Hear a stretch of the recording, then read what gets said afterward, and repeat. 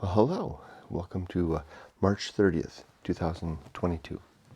I'm Kurt, and this is my daily good life meditation. Oh, man. Are we here again already? It seems like yesterday was a blinding blur of work. Wow.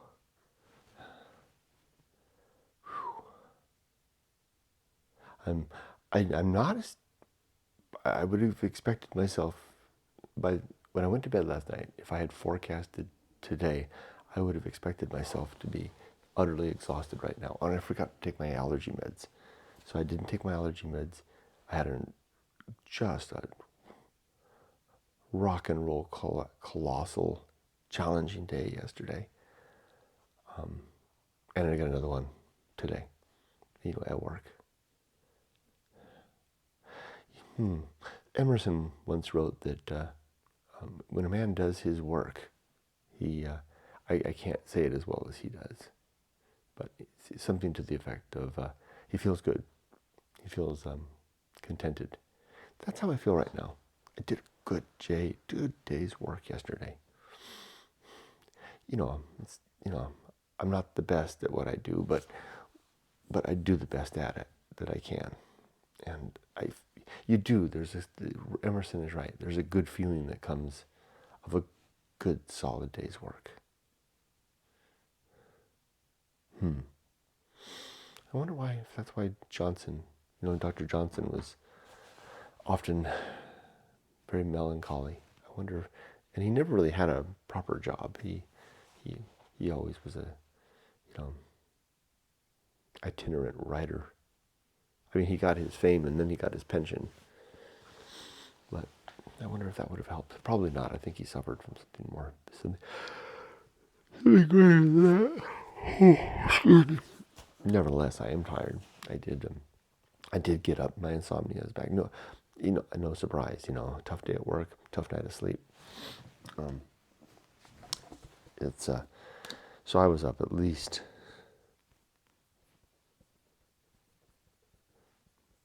a half hour before the alarm. Not too bad. But it was funny. I was laying there in bed. It's a big house we live in now. And I distinctly heard something fall on the floor somewhere. Well, what the hell? So I got up, I toured the house, could find nothing. And so I don't know what it was. Sounds in the night.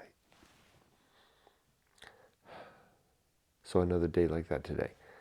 I just have to fortify myself for it and try to do my best to catch up. And it's only Wednesday. I'm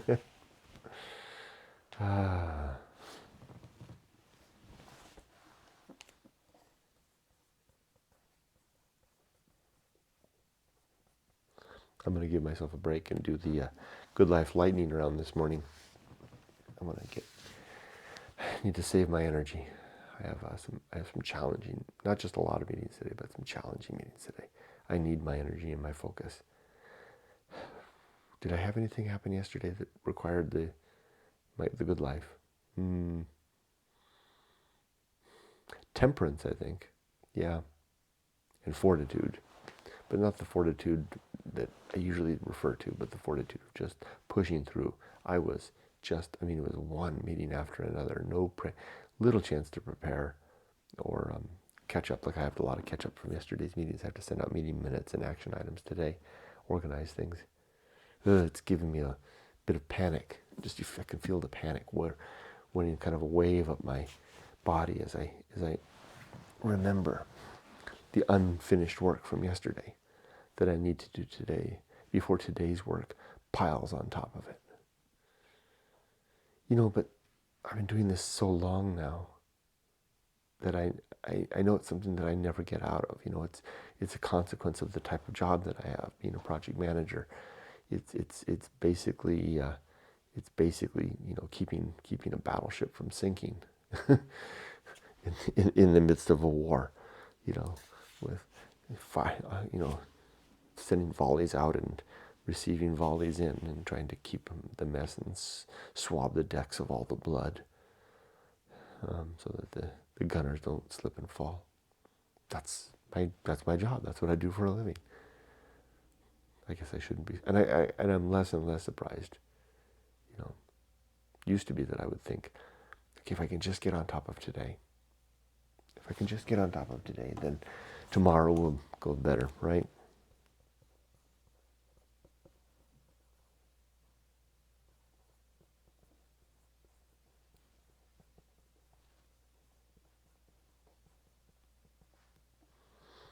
But as long as I'm working, I'll never get on top. Or if I am on top, it'll be for minutes, mere minutes, because then it comes right back up. That's why I get a salary, right? I get. They pay me to be in the midst of all this, to do this. So why? So I shouldn't be surprised, and I shouldn't expect any respite.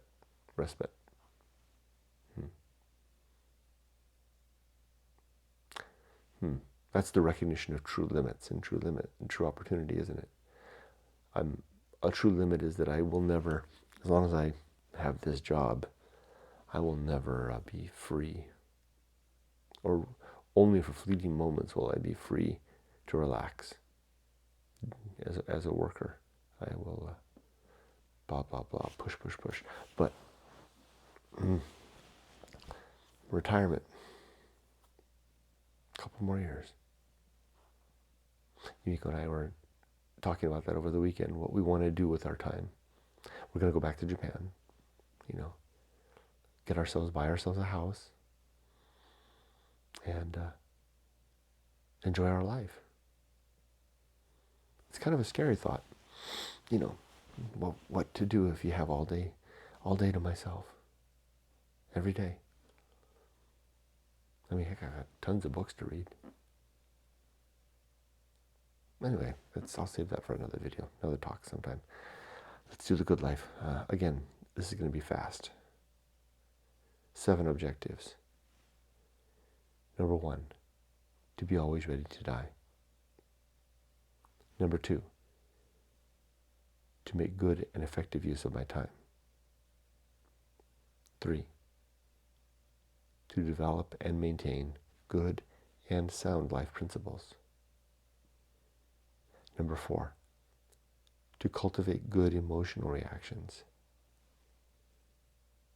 5, to perform good actions. I did that yesterday. I was walking the dogs to the dog park, and across the street there was a woman with carrying a ladder, and she had 2, school-age girls with her, jumpy and giggly, and the ladder looked a little heavy, but I couldn't offer to help because the dogs are not like that. I can't, if I tried to get close to help her hold the ladder, she was headed someplace for it, then my dogs would have gone nuts. So, it wasn't, so she seemed to have it in hand, but she wasn't a tall woman, but she seemed to be doing okay. And we passed the school around the corner, and I noticed that they went over and started, because the dogs were doing something, so I stopped, and she would set up a ladder, and I saw a kite stuck in the tree, and she wasn't going to be able to reach it. She was too small. So I thought, okay, maybe I can help. So I meandered over there, and I came up to them, and I said, would you like some help? I'm a little taller, maybe I can reach that. And she was very grateful for the help. So I went over and I tied up the dogs on a pole, and came over, and were able to relieve the tree of its kite. And got it back down, and there were some thank yous, and it was pleasantry. So, a little good deed for the day. The next principle, objective, that is to recognize my true limits and my true opportunity. And then lastly is to, pardon me, not to yawn on camera, but to do one thing at a time, and do that thing slowly, not multitask. Ooh, it's coming on me now. Now I'm feeling the tired, and now I'm feeling the allergies. Oh, and I was talking to my coworkers yesterday in a meeting, and we were all just commenting just how awful the allergies are this year. And just apparently this is a bad season out here in the desert. So I'm not doing as bad as I would be otherwise. Well, what did I mean by that? Usually allergies, this is not as bad as I know allergies to be for me, my reaction at least. So I guess I'm grateful for my medication. Okay, now 30 principles. Excuse me. Number 1 is to be always ready. No, those are objectives. Number 1 is the principle of war.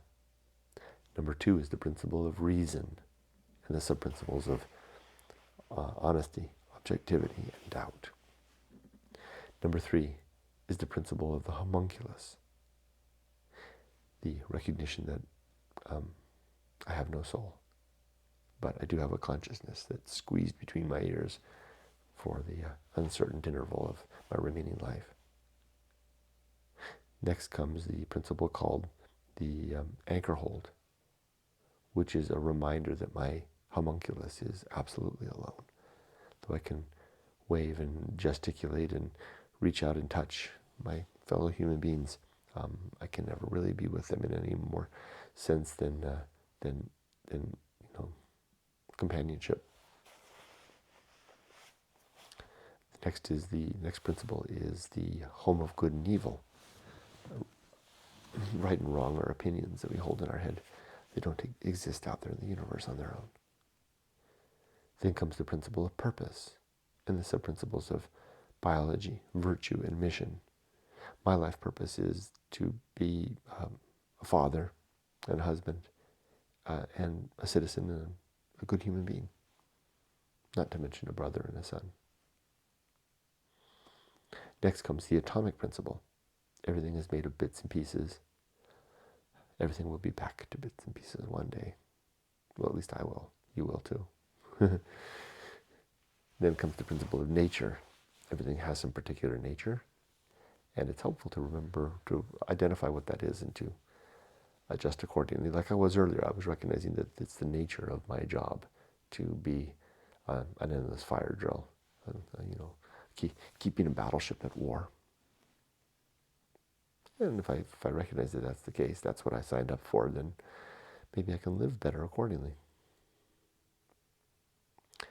Next comes the pirate ride, the observation that free will appears to be an illusion. Oh, very wishful thought. Then comes maturity, the principle of maturity, and the sub-principles of wisdom and fortitude. We are mature when we remember our successes and failures and adjust our life accordingly.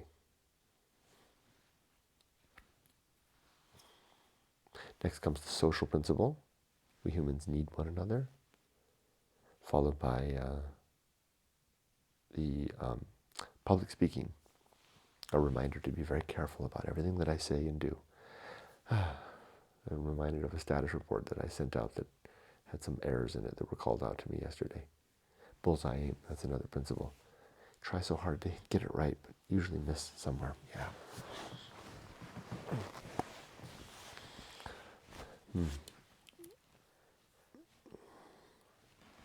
Also, with regard to public speaking, I want to remember to never, ever, ever gossip.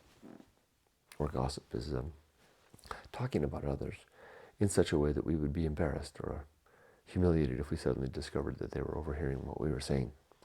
Keeping that in mind, I'm usually able to do that. It's very rare that I gossip anymore. But I've got to stop calling it out. Sometimes when I'm with other people and I feel myself edging towards it, I will actually say out loud to them, okay, I'm sharing something, I'm not going to gossip, but I'll say this. It's kind of edging towards the edge. I need to refrain from even that and just clasp my hands and be silent.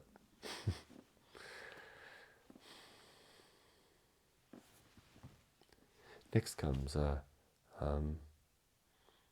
temperance, the controlled consumption of life, and the sub-principles of suffering, simplicity, and apathy. Because we suffer when we deny ourselves our wants And we live a simple life when we live a temperate life. And we use apathy to recognize what is outside of our control. And to not be too unduly upset by it. Maybe I should move apathy over by the recognition of true limits and true opportunity as a sub-principle there. I think that would be a better home.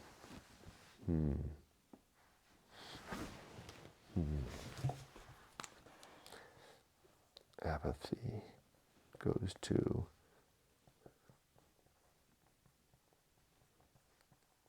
that makes sense. I'll do that. Just when, I don't know. Okay, then comes, after Temperance comes the horror show. Life is a pretty awful place. Bad things going on all the time. As Dr. Johnson would say, there's not a week that he'd live that he would want to live again. But he lived a pretty desperate, difficult life. But I get the gist. I get the understanding, right? There's just so many terrible things going on. And sometimes even when it's, of course, when it's not happening to me, it's so hard to bear the knowledge of what's happening to others. The horror. Then comes that which must be borne, which is a suggestion of that we have to carry the stuff that we have to carry. Like the fact of the horror show, or the fact of a difficult job, or the fact of a pain in the knee. I don't have one, but I'm just making that up, or whatever is going on. Next comes the Feast of Offal, the choosing to throw our upset out into the world, or to voyeuristically observe the upset of others. I don't want to do either of those. Then comes a distraction, and the next principle after that is agency and the great indifference. Distraction is what we do so that we don't have to see the emptiness behind this veil of busyness of our lives. The emptiness which suggests that God is not real, that we are seemingly, so far as we know, alone in the universe. Nobody wants to really see that. All hoping for a happy ever after, and a happy ending, and some sort of guidance, oversight, purpose, and meaning to all of this. But it doesn't appear that there is any, other than the meaning that we contrive and agree to amongst ourselves for the short time that we're here. Next comes the best seat in the house. To not want to be anyone else, or be doing anything else, or be anywhere else, but to be okay with who, where, and what I'm doing right here, right now. So, but Kurt, you're planning for a happy retirement. Yeah, I can still move forward towards improved living, but I'll do my best to be content with where I am and when I am, and who I am. Next comes the Path of Wildness. It's a trick to move out of one life into another life, which is what I'm beginning to do now. Himiko and I are beginning to plan our next move, our move back to Japan. Our next life, really. Next comes the risk of avoiding risk, the recognition of the deep level risks of life and the surface level risks. The surface level risks being education, job, marriage, family, home, and planning for your old age. Those are they're hard things to do, but they're easier because all of our society is geared towards that, and whole entire institutions are set up to help us out. Schools and churches and banks and mortgage companies and retirement funds, and even the stock market. So, the deep level risk is the risk of not spending the time to attend to our deeper interests, our quest to find ourselves. Which, if we don't do it, if we feel a drive to do that, if we don't do it, we'll likely regret that later. Regretting the discovery of who we are, which will die without knowing, perhaps, because that person never was. Next comes sin and damnation, and there are 8 sins in my worldview. These are falsity, being untrue. Credulity, believing things too easily and readily. Hope, clutching at pearls, wishing for something without acting. Faith, belief founded upon belief.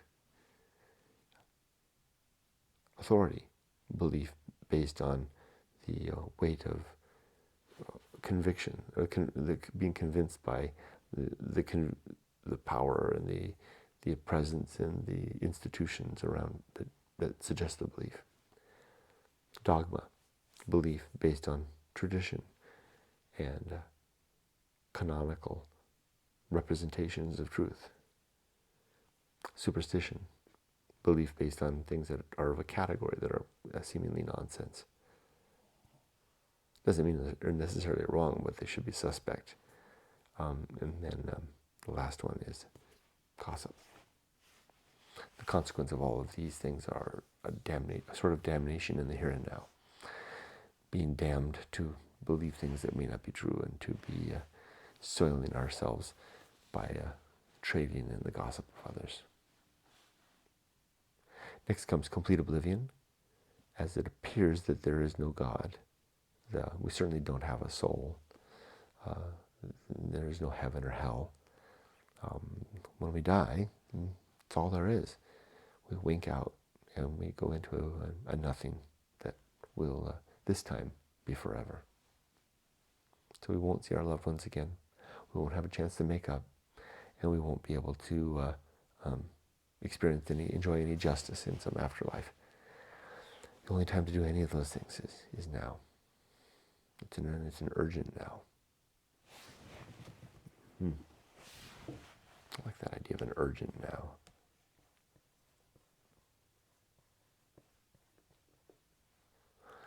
Next comes the great life adventure.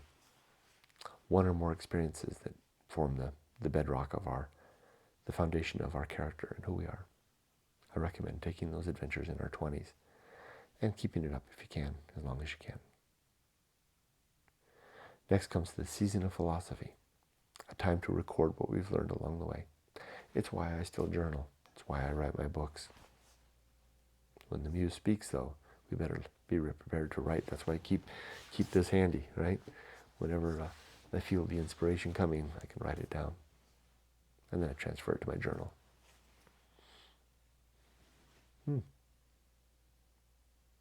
Next, the bullseye aim, striving for the mark and usually missing, like I did with that status report. Got some dates wrong. Damn, almost got a bullseye. Uphill climb. Life is to keep on climbing up. If I find myself sitting on my sofa for too many hours of the day, I'm probably going nowhere. Next is the arena and utility, using our principles as tools to live a better life. And then two more. The principle of nothing is enough. A suggestion, a reminder towards a simple life. And then lastly, the principle called the principle of fun. A reminder to have a good time. I feel like that's going to be a lifelong effort for me to work on that one. It's mostly work for me. And work is sometimes fun, but not rarely, not usually. Otherwise it wouldn't be work, maybe. Okay, that's it. That's my good life creed. Now, let's plan for the day. Got a lot of meetings today. A lot to catch up from yesterday.